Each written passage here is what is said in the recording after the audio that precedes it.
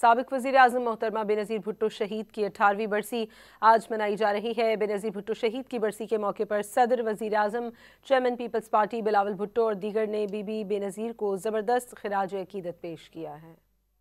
ہر کوئی محترمہ بینظیر بھٹو شہید کی قومی خدمات کا معترف۔ صدر مملکت آصف علی زرداری نے اپنے پیغام میں کہا کہ بینظیر بھٹو کی زندگی قربانی پاکستان میں جمہوریت کی جد و جہد سے گہرا تعلق رکھتی ہے۔ شہید بینظیر بھٹو عالم اسلام کی پہلی خاتون وزیر اعظم تھیں۔ بینظیر نے ہمیں بار بار یاد دہانی کرائی کہ اصل بدلہ جمہوریت ہے۔ شہید بینظیر بھٹو نے عوامی فلاح و بہبود پر بھرپور توجہ دی۔ وزیر اعظم شہباز شریف نے بینظیر بھٹو کے یوم شہادت پر اپنے پیغام میں کہا کہ بینظیر بھٹو نے سیاسی عمل میں رواداری کو فروغ دیا جو لائق تحسین ہے۔ ملک و قوم کے لیے محترمہ بینظیر بھٹو کی قربانیاں اور خدمات ہمیشہ یاد رکھی جائیں گی۔ Chairman Peoples party Bilawal Bhutto Zardari نے اپنی والدہ کو 18ویں برسی پر بھرپور خراج عقیدت پیش کیا۔ بلاول نے کہا کہ وزیر اعظم کی حیثیت سے شدید مشکلات کے باوجود بینظیر بھٹو شہید نے عوام دوست پالیسیوں کو فروغ دیا، پاکستان کے دفاع کو مضبوط بنایا،